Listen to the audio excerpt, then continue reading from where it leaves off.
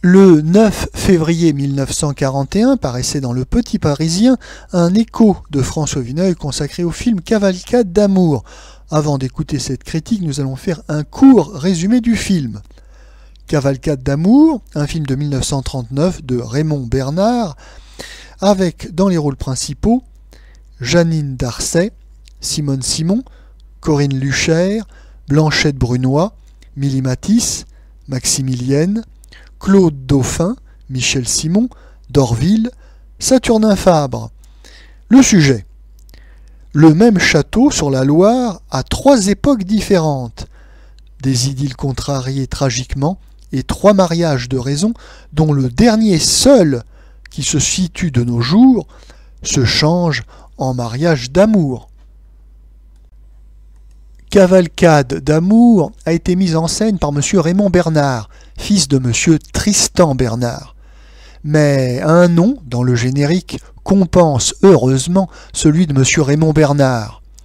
Le nom de M. Jean Anouilh, l'auteur de Léocadia et du Rendez-vous de Senlis, qui a collaboré au scénario. Sa charmante imagination se retrouve dans tout ce qu'il touche. En décidant de tourner Cavalcade d'amour, on s'est inspiré très certainement du succès de Trois valses, qu'interprétaient si bien Yvonne Printemps et Pierre Freinet. Cavalcade d'amour est aussi en 3 époques. Les 3 valses étaient l'une Second Empire, la seconde 1900, la troisième 1938. Dans Cavalcade d'amour, il s'agit d'un vieux château. Sa légende veut que tous les 200 ans à peu près, le jeune homme et la jeune fille qui se rencontrent dans une de ses chambres tombent amoureux l'un de l'autre aussi fatalement que Tristan et Isolde après avoir bu le philtre. Nous voyons ainsi, sous Louis XIII, la fille du châtelain s'éprendre, le jour de son mariage avec un dégénéré, d'un comédien ambulant qui suit une troupe dans le style du capitaine Fracasse. Elle essaie de s'enfuir avec lui, mais les gardes du château la poursuivent, la rejoignent et tuent le pauvre baladin. La seconde idylle, au début du dernier siècle, est également dramatique.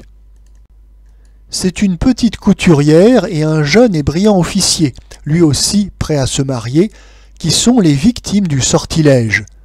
La Cosette meurt dans l'église pendant que le hussard passe l'anneau nuptial au doigt de la femme qu'il n'aime pas.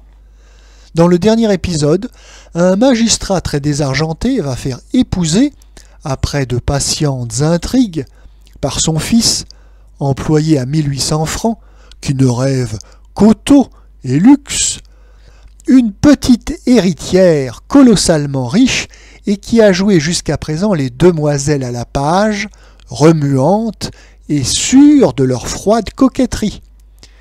La première rencontre des 2 jeunes cyniques du XXe siècle a lieu dans la chambre fameuse. Le même sortilège joue pour eux aussi bien qu'au temps des mousquetaires ou des crinolines. Nos amoureux modernes, bien que follement épris, cherchent à se découvrir des raisons de gâter leur bonheur. Mais tout s'arrangera, et, cette fois, c'est un couple heureux qui viendra habiter le château tragique. La distribution est brillante et excellente.